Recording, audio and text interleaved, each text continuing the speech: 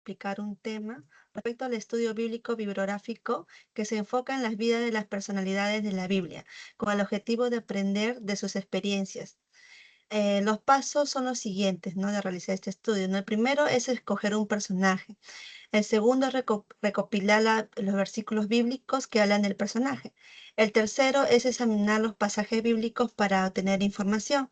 El cuarto es aplicar la entrevista al personaje bíblico. El cinco es organizar la información, sea cronológica o lógica. Y el sexto es ampliar con ayuda de recursos como libros, comentarios bíblicos, etcétera. Y por último es extraer las conclusiones y vincularlas a la vida personal.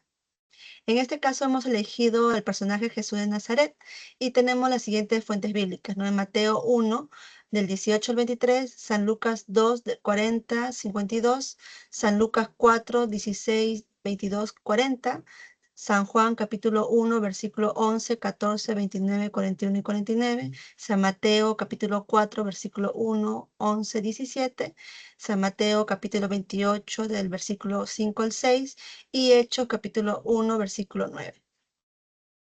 Examinando los pasajes bíblicos hemos sacado lo siguiente, ¿no? En San Mateo, por ejemplo, en el versículo 8, que el nacimiento de Jesús fue por obra del Espíritu Santo, ¿no? También que su nombre sería Jesús porque sería el Salvador, ¿no? Del pueblo, ¿no? Y también es llamado Emmanuel, que significa Dios con nosotros. Y en San Lucas 2, 40, 52 tenemos lo siguiente, ¿no? Que crecía y se fortalecía lleno de sabiduría, que crecía con sabiduría, estatura y gracia para con Dios y los hombres, y comenzó su ministerio más o menos aproximadamente a los 30 años. Y en San Lucas capítulo 4, 16, 22 y 40 indica lo siguiente, ¿no? Que fue criado en Nazaret y participaba en las sinagogas y que todos andaban buen testimonio de él y estaban maravillados de la palabra y gracia que salía de su boca, que también sanaba a los enfermos y reprendía demonios. En San Juan capítulo 1, 11, 14, 29, 41 y 49 indica que a los suyos vino y los suyos no lo recibieron.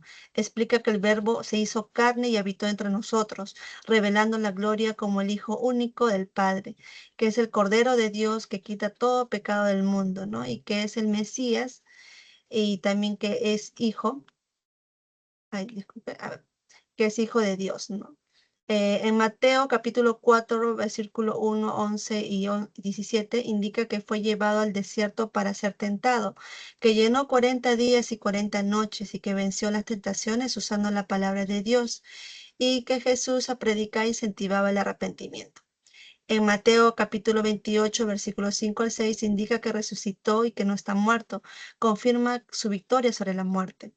Y en Hechos capítulo 1, 19 indica que ascendió al cielo delante de sus discípulos.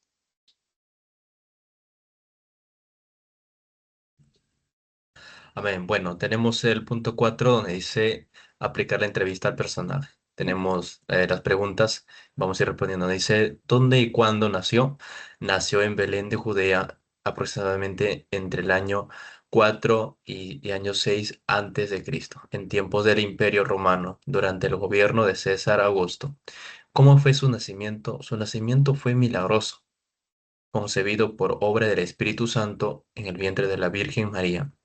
Nació en humildad en un pesebre sin riquezas ni comodidades. ¿En qué época vivió? Vivió en el periodo del dominio romano sobre Israel, en el contexto del judaísmo del Segundo Templo. ¿Cómo era esa época?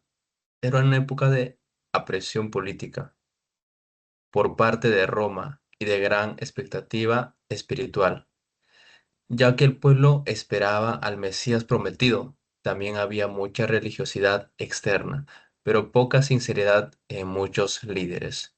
¿Quiénes fueron sus padres o familiares? Su madre fue María y su padre adoptivo José, un carpintero.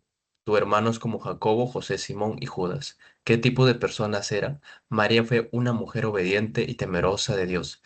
José fue un hombre justo, responsable y obediente a la voluntad de Dios. ¿Cómo trabajaba? Con autoridad, amor, sabiduría y poder. Servía a las personas e enseñaba con parábolas. Hacía milagros y vivía en obediencia total a Dios.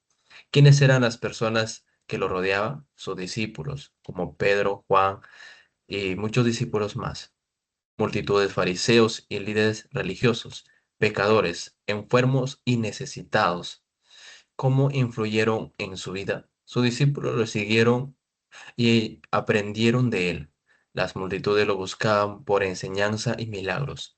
Los líderes religiosos lo rechazaron y persiguieron. Vamos a ver puntos fuertes y débiles. Fortalezas. Obediencia total a Dios. Amor incondicional. Santidad, sabiduría divina. Humildad, poder espiritual. En debilidades, no tuvo debilidades morales ni espirituales, aunque experimentó cansancio, hambre y dolor como ser humano. ¿Cómo influyó en la vida de su familia, de su pueblo, de la nación o iglesia? Transformó completamente la historia de la humanidad, trajo salvación al mundo, fundó las bases de la iglesia. Su enseñanza sigue impactando a millones de vidas hasta hoy.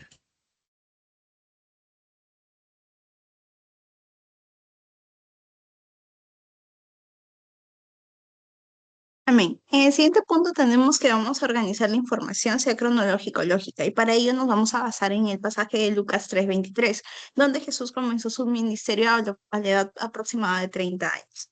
Como primer punto, fue el hijo obediente, humilde, lleno del Espíritu Santo aproximadamente en su ministerio de 3 años, ya que después de ser bautizado, él va a empezar su ministerio predicando así sobre el reino de Dios y haciendo los milagros, llamando a sus discípulos, sanando enfermos, libertando cautivos, y ahí nos va a demostrar amor, autoridad y total obediencia al Padre y a su propósito que había designado en él. Como segundo punto, es el siervo rechazado y perseguido, ya que a pesar de todo lo que mostró, sus enseñanzas, milagros, fue rechazado por muchos, sobre todo los líderes religiosos, quienes buscaban en alguna ocasión para poder hacerlo caer y así desacreditarlo, como en Juan 1:11. Como tercer punto, el Cordero sacrificado por la humanidad, ya que fue el cumplimiento de su misión, fue llevado a la cruz para entregarse por nosotros, por pagar nuestros pecados en obediencia a Dios, según su propósito en Mateo 27:50. Y como Salvador resucitado y glorificado, ya que al tercer día resucita, vence la muerte y luego asciende al cielo, dejándonos así la gran comisión que es predicar a toda criatura. Siguiente diapositiva. Hemos investigado también, tenemos diferentes recursos históricos y recursos teológicos, en el cual hemos encontrado evidencia del sudario doblado, sobre todo evidencia de la Iglesia Católica y también de algunos historiadores. Por lo tanto, esto lo basan en el pasaje de Juan 27. Mencionan que encontraron el sudario doblado y este sugiere orden y acción deliberada, no robo.